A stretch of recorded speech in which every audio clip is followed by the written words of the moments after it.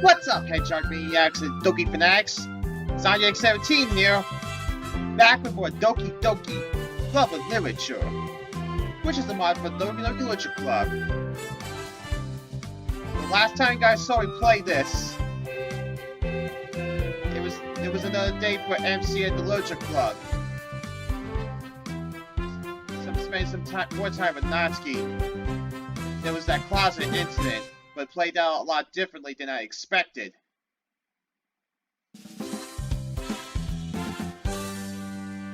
And like I said before, this mod has got me intrigued. I'm just wondering how the rest of it's gonna go down. Time to find out because it's time to dive in. And let's do it to it. Here we go. Chapter 5. Poems of Forever. 1:23 a.m.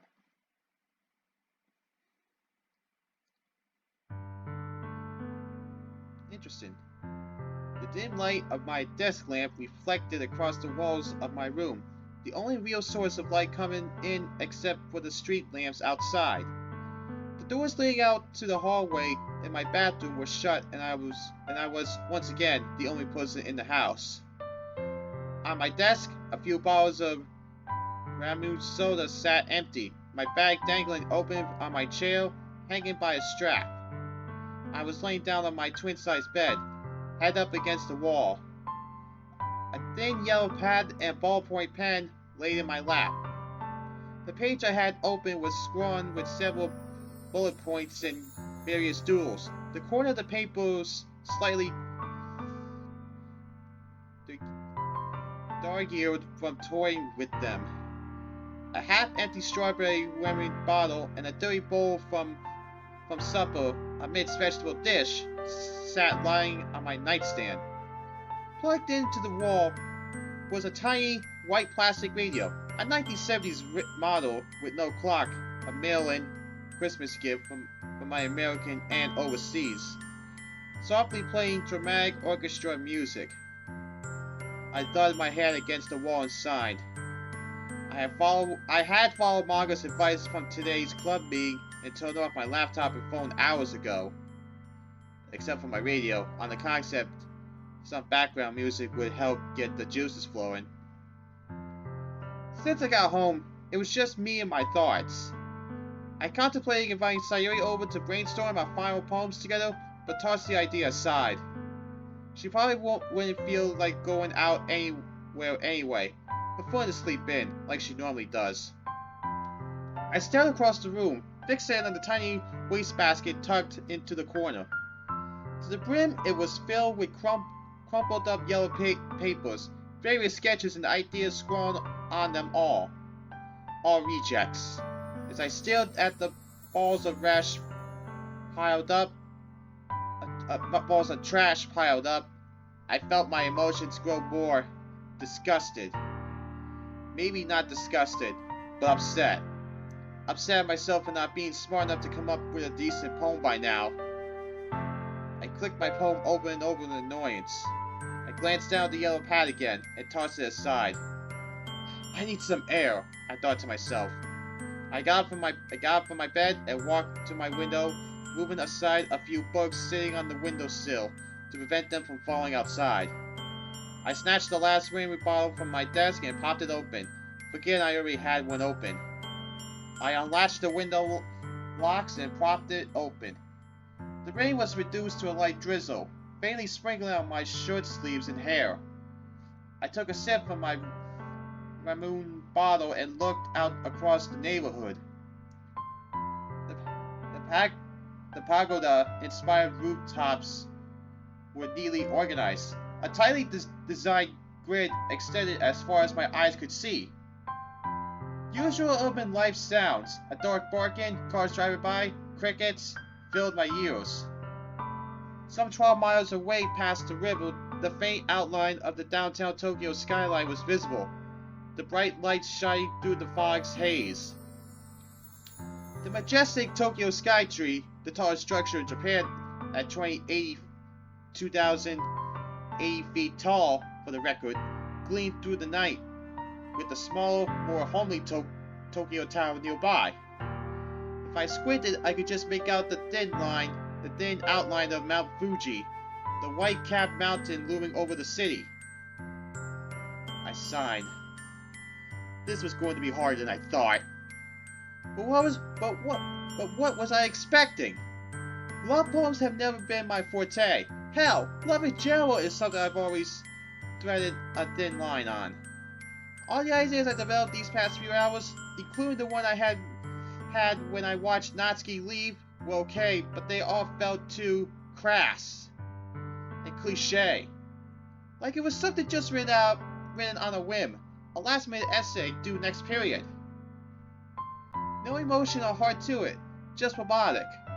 If I was writing a poem like this, I wanted to have soul. Whatever I wrote, it had to be good. No, great. The best dang poem I'll ever write. It's gonna be the last one before we start working on the festival, Manga said. Then make it the best. Only the best for Natsuki. I took a swing at my drink, letting the sweet flavors swish around in my mouth. A breeze blew in my face, and I felt a shudder rush up my spine, but not because of the cold. The question I had been dreading finally came to stare at me in the face. What if she doesn't like it? And to add to that, what if she doesn't like me? Well, then that's it then. She'll read the poem and catch the hint, be weirded out, and probably tell Sayuri, who would tell Monica, who would tell Yuri, that then that would be it. I'll be embarrassed out of the literature club, probably labeled a creep. He only joined just to get with one of us. Sayuri would look down on me and try to slowly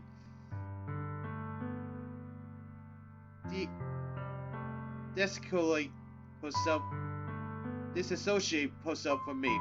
Probably stop talking to me altogether, history aside. Things would be incredibly awkward after, then I'd have no choice but to go back to life as normal. Only talking to a few pre-existing friends, and once they found out, well, bye-bye social life. What a nightmare. Another swig. Unless it's just all in my head, my brain over-exaggerating reality. Fear taking root of my thoughts, amplifying the negatives while diminishing the positives. While there was a chance she might not like it, there was also the chance she will. I tapped the bottle against the windowsill, listening to the glass gently clink, clink, clink. Suddenly, a spark. Wait, I thought, trying to grasp this idea. Yes, this is perfect. Yes. I ducked my head inside and slammed the window shut. The radio was playing a slow jazz cover, full of saxophone. Almost sounded like, "How Deep Is Your Love?" but I wasn't sure. I swiped up my yellow notepad and pen, putting it down on my desk. I can't afford to lose this idea. I sat down at my desk, putting aside the stacks of papers and books. Eagerly, I brandished my pen and began to write.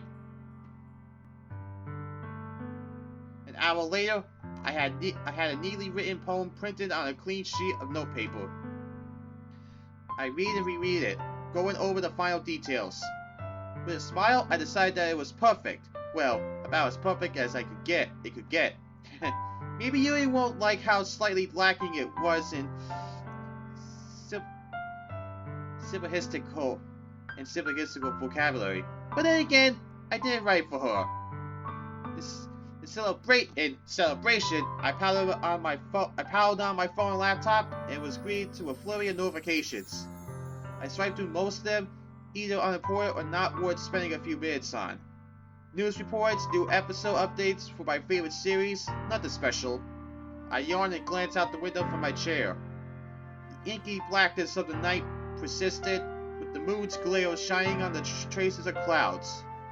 A quiet, serene scene. I looked down and glanced at my phone's clock. 2:23 a.m. Christ, how long have I spent working on that poem? It had to be at least several hours, maybe on and off work. However long it was, it has to be the most I've ever worked on anything, school related or not. I stretched my arms out, twisting to pop my back. After all that work, I was incredibly tired. Yet I still had school in a few hours, and I had to give Sayori her wake-up call. I took a sip from my Remu bottle, fighting to stay awake. I can sleep for a few hours and still wake up in time in the morning, my mind managed to process. I lazily grabbed my phone and set up the alarm for 7 sharp. I stood up and walked over to my inviting bed, collapsing onto the neatly pressed sheets.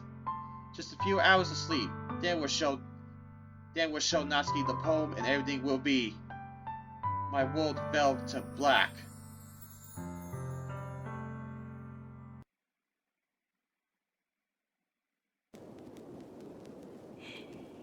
Huh?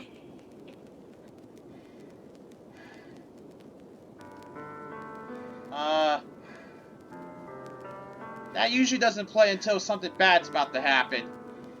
Is it something like this? I woke up several hours later, the sunset glazing in through the window. My mind was locked in a state of confusion before I realized I had slept through the day. I tried to call Sayori to let her know what happened, but it went straight to voicemail. I cursed and sat up on my bed. I should try going to her house and apologize for not showing up to the meeting or give her an explanation so late, face to face. I clicked open my bedroom door.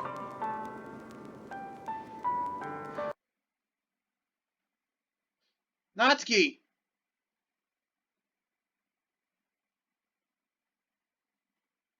Why'd she have that look? Natsuki was standing there motionless. In her hand, I saw a heavily damaged book, scorch marks on the cover. Parfait girls? Natsuki. You wore that skirt today! We were all waiting for you, but you didn't show! I was waiting for you! You and I reading together was all I had to look forward to! You just had to rip that pleasure away from me! How could you do that? Are you listening to me, X? Oh, no. What sick freaks! That should be obvious by now. But you don't hate me, X, do you? Do you hate me? Oh man, it's the ghost theme.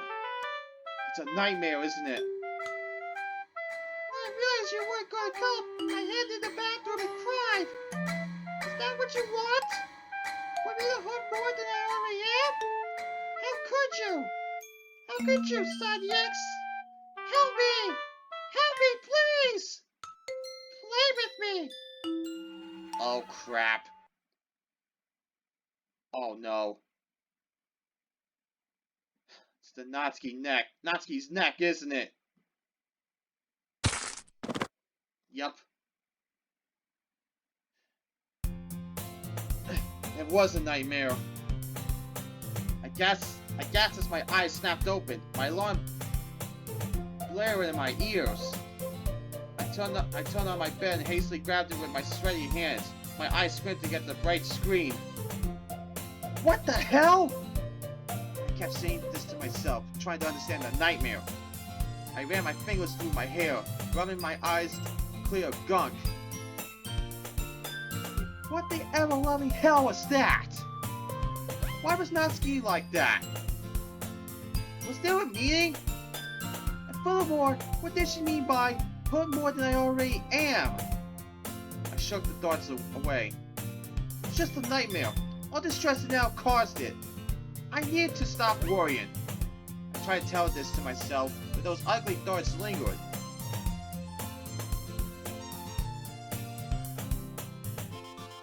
I stepped into my bathroom to relieve myself. I finished up and reached into the shower to turn the water on. I slipped out of my clothes and hopped into the shower, dousing my hair in the hot jets of water. The water washed over my body and put me at ease. By the time I had finished, I forgot all about the nightmare, to my relief. I dried myself off and went through with my usual morning routine. Got dressed, combed my hair, brushed my teeth, all that. I shoved my phone into my pocket and quietly stepped downstairs, trying not to wake my parents. I turned on the oven light and turned the knob on one of the stoves. I quietly pulled out a pan from the pantry and set it on the quickly heating stove. I turned and dug into the fridge, pulling out a 4-count carton of eggs and started pulling out other ingredients. I can hear the stove click off and I return to its attention. I take 3 of the eggs from the container and crack them on the rim of the pan. Hearing the sizzle, pop, pop, pop, pop, pop of the egg mix with the heat. In a few minutes, I had a nice seasoned omelet on a plate ready to get eaten. I took the other 2 omelets I had made and put them in the fridge, a little surprised my parents when they wake up. I quietly washed the dishes and replaced them in the drawers. I grab my plates and take a seat at the dining table, headphones in. I quickly devour my breakfast, scrolling through today's morning news. I glance up at the clock hanging up on the wall, resting above a portrait of myself, my mother, and my father. 7:37 a.m. Well, now would be as good a time as ever to call her, I thought. I take my plate upstairs and open my phone, tapping to the dialer. I punched in Sayuri's cell. I walked over to the window and took in the morning scenery. Outside, I could hear a few birds crying out their usual morning chorus. I pressed my phone to my ear with my shoulder, digging through my bag with my binder. The line clicked. A groggy female voice answered. Hello? Sayuri, it's X. Silence. Sayuri? Her voice returns, now chipper and bright. Oh, hey X. Why did you call me this early? I paused. Did she really forget? Don't you remember from yesterday? I was going to give you a wake-up call every morning. I pulled out my binder, solid black and stuffed with papers. Oh, right. I almost forgot. I'll be down in a few minutes. Through the phone, I could hear a parson running. I grabbed my phone from my desk and slid it in a holder. Cool. See you then. I hang up. I close up my binder and stuff it back in my bag, right next to the Perfect Girls volume. Oh crap! How did I forget? I was supposed to read it yesterday so I could read with Natsuki after the club meeting. I grind my teeth in anger. Dang it! I shake my head. I could just read it during the day and have it done by the time the club meeting starts. Sure, I might look dorky reading manga out in public, but I don't really care. It's important. I flick the lights off to my room and close the door, heading downstairs. I quietly open the front door and lock it behind me, walk into the gate. The convenience is that Sayuri lives only a few doors down from me, a walk that takes less than a... I peer down the street. A girl rests up against the fencing, looking up at the sky. A dash of red in her orange-pink tinted hair. Brown blazer and blue skirt. Sayuri. She glances my direction, almost not noticing me. Yes!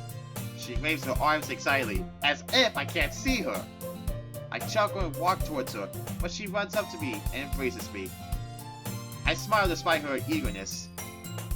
Nice to see you too, Sayuri. I awkwardly laugh. Oh, Sayuri.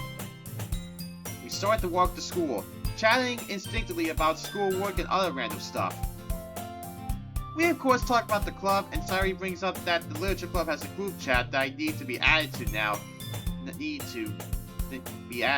Now that I'm a member, which should be interesting to say the least.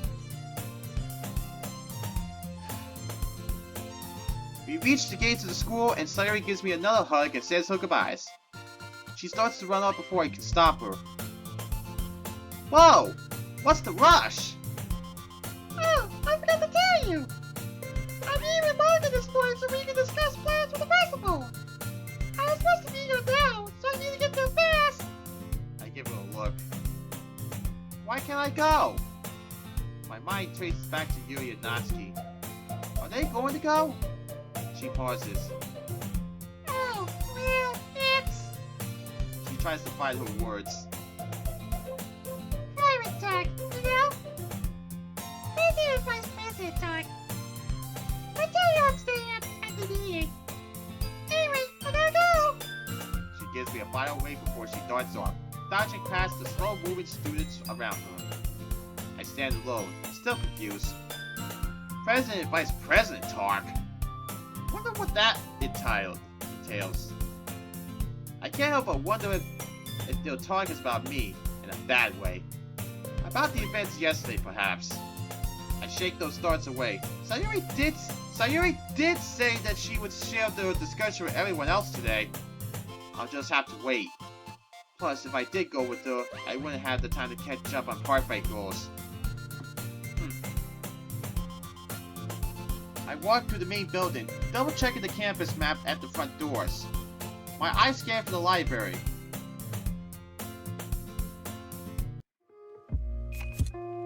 Hello. This is interesting music here.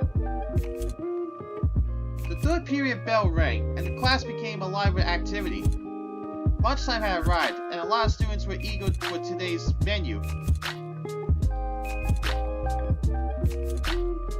Nikujaga, a rich beef stew with potatoes.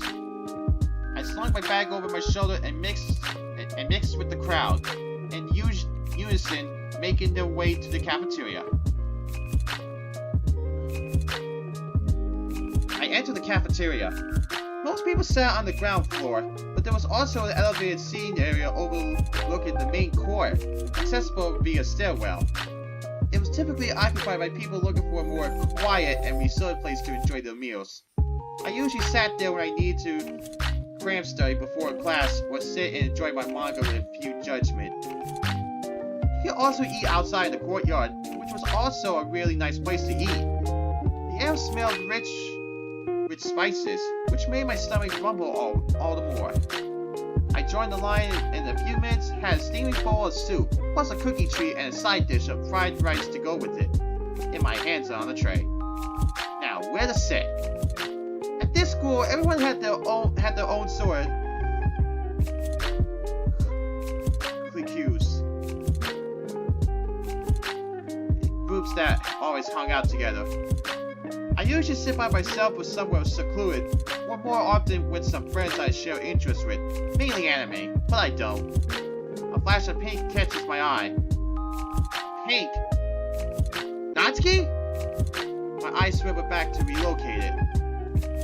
There, sitting up against the furthest wall, nose down in a small, carefully decorated book. Blue skirt tucked in her legs, muted pink bag sitting next to her. Red clip in her hair. That's definitely Natsuki! Face with a monotone expression, focus directed at her manga. Natsuki! What the hell? Why is she all alone? Is she always alone at lunch? My mind raced through a billion different answers. Do manga Sayuri and Yuri not have this lunch? Do they go off campus to eat? Does Natsuki not like going along with them? I felt my bowl shift on my tray from my hands starting to shake with nervousness. I have to go talk to her, I think. I start to move past the students who pay me no mind. My mind continues to swirl. Have I seen her at lunch here beforehand?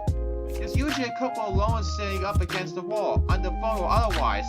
It feels like there's always been a dash of pink among them. My stomach gets heavy. If only I had known her before. She always has someone to sit with. Just be cool. Be cool. Be cool. I stand in front of her. She hasn't noticed me yet. I don't think. I clear my throat. Natsuki? She glances up and jumps at the sight of me. Sayaks? She drops her manga. Parfait goes Volume 3. The next one I was supposed to read. What are you doing here? I shift on my feet. I had this lunch. Why are you all by yourself? She looks away, ashamed.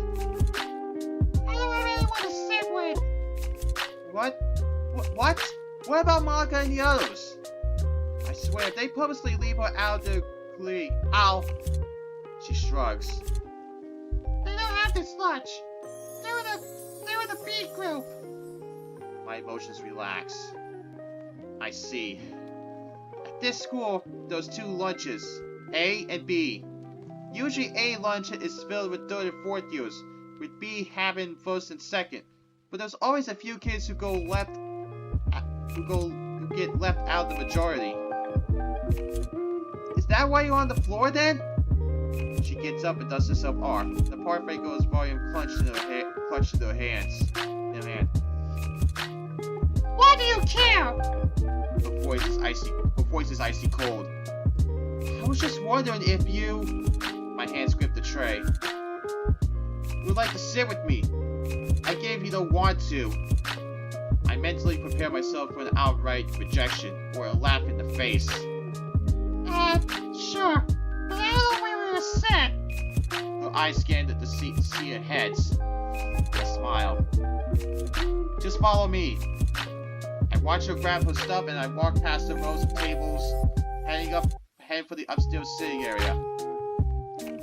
Natsuki walks side by side with me up the stairs. Thankfully, it is relatively free of students. Only a couple kids are scattered across the tables, chatting and eating instinctively. A few kids give us a glance, but return to their business. I walk over to a corner table with a nice view of the lower court. Natsuki put her bag down and takes a seat. I put my tray down and join her. Whoa! Hello! Hey, wait a minute.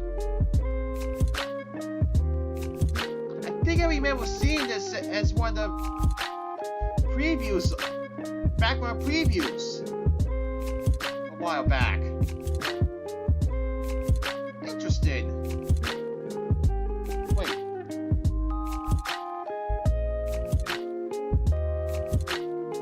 You guys see the book that right there? What says Volume 3? Does that look like the DDLC characters? I know one that has to look like Sayuri and Yuri. Some of them look like Sayuri and Yuri in a way. But talk about deja vu. Anyway, there's a brief pause. Have you finished the Parfait Goes volume yet? I take a bite of my rice, sharp with flavor. I nod, having managed to finish the book before the first bell. Yeah, it was really good. You were right about how things get interesting after a while. I can tell that stuff is about. I can tell that this stuff is about to get. I tore my fork. Real. I laugh. She politely joins the laugh. I can't help but notice how Natsuki is eyeing my soup, her eyes hungry. I take a sip of my drink before I dare to ask. Did you eat lunch already? No? What? Why not? The lights died down a bit. I point towards the food line below with my fork. Compared to earlier, only a few kids were waiting in line for their meals. I know, but I've got to bring my money. She looks embarrassed. I don't even hesitate. I gently push my tray towards her. Natsuki glances down the tray and gives me a look of disbelief. So yes, are you sure? I nod. Well, it would be mean to offer it to you. It would be mean to offer it to you just to take it away from you, wouldn't it? And don't worry, I'll just get a bite from the vending machine later. I make a motion with my hands. Eat. Natsuki picks up the utensils and gives me a final, "Are you sure?" glance. I just nod. For a few moments it's mostly silent as Natsuki hungrily wolfs down the stew, draining the bowl in a few minutes. My mind claws for a conversation piece. I think back to the poems.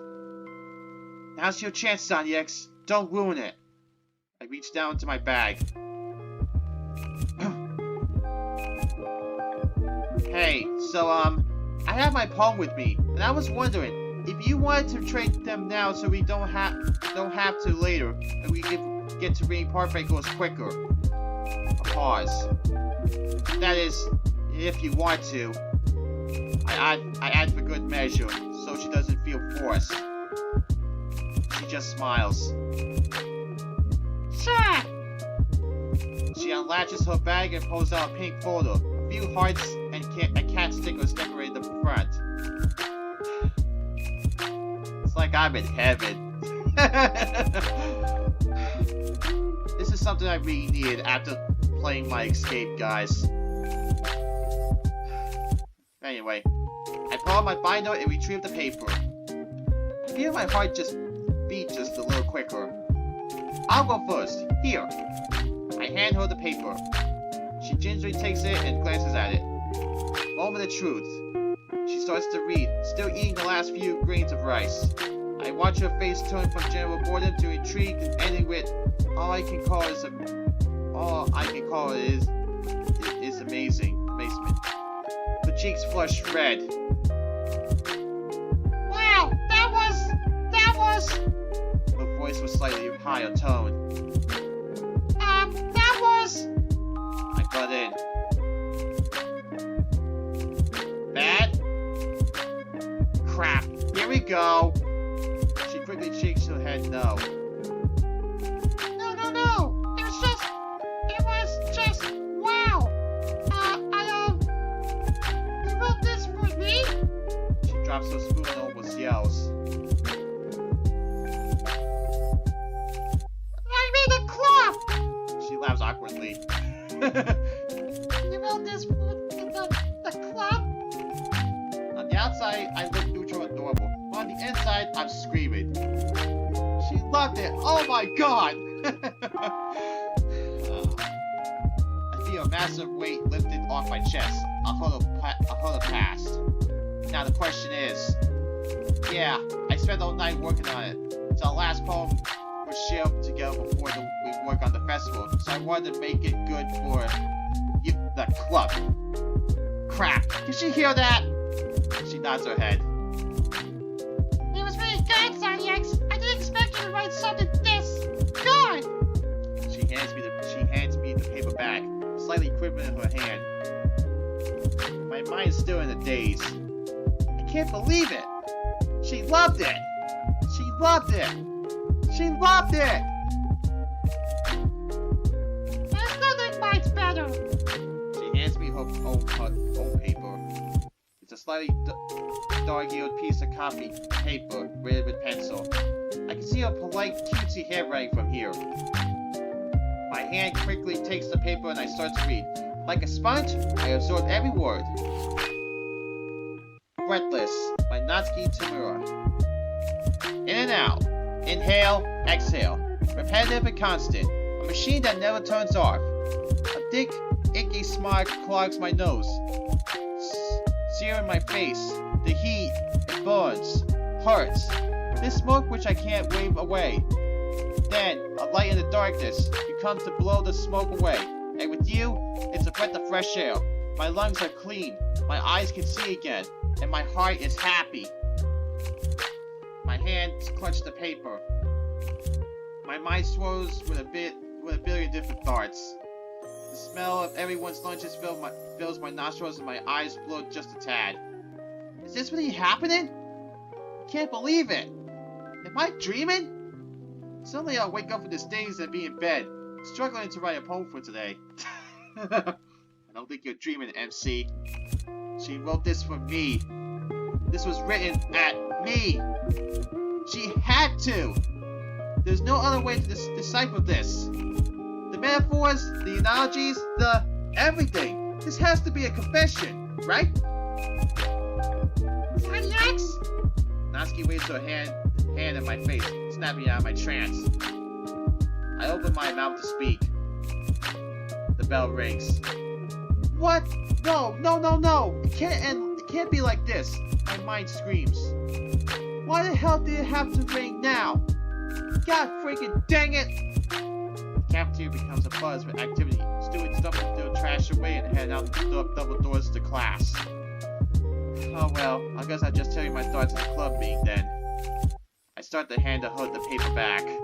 To my surprise, she pushes the paper back to me. X, Actually, why don't you hold on to it? She pauses, a light blush on her face. You know, for safekeeping? My hand grips the paper title. It was meant for me. It was meant for me to have. She wants me to keep it. My mind repeats these words over and over. Oh, sure. I try to say, keeping my voice tranquil and chill, but actually starting to shake with nervousness. I can't believe this is actually happening. We walk together downstairs, the empty tray in hands. We stop in front of the doors leading out to the foyer. I put the tray into a trash can and turn to her. So, I'll see you at the club room? She nods. Yeah. Share with me share me last so we can get back to me, okay? She says to me, those beautiful pink eyes staring at me. I smile. I can't wait. She turns away. I can see a trace of a blush on her cheeks. Alright, bye. She gives me a small wave and hurriedly walks away to class. I give her a final look and turn away.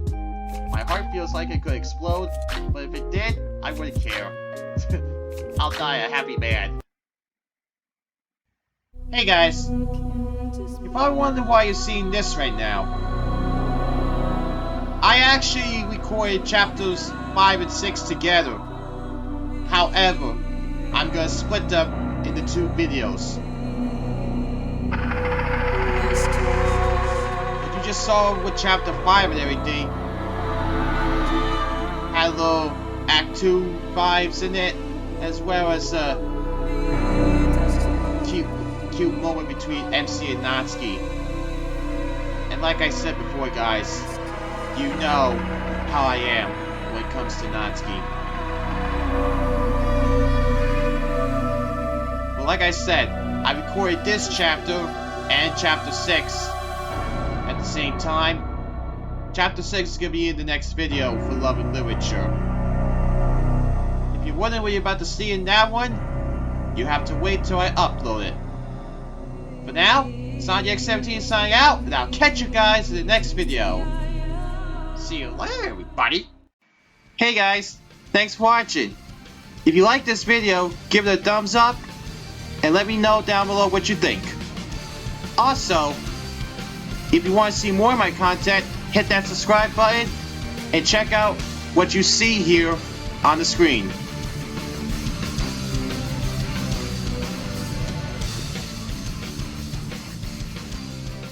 Can you stop doing that pose, Monica?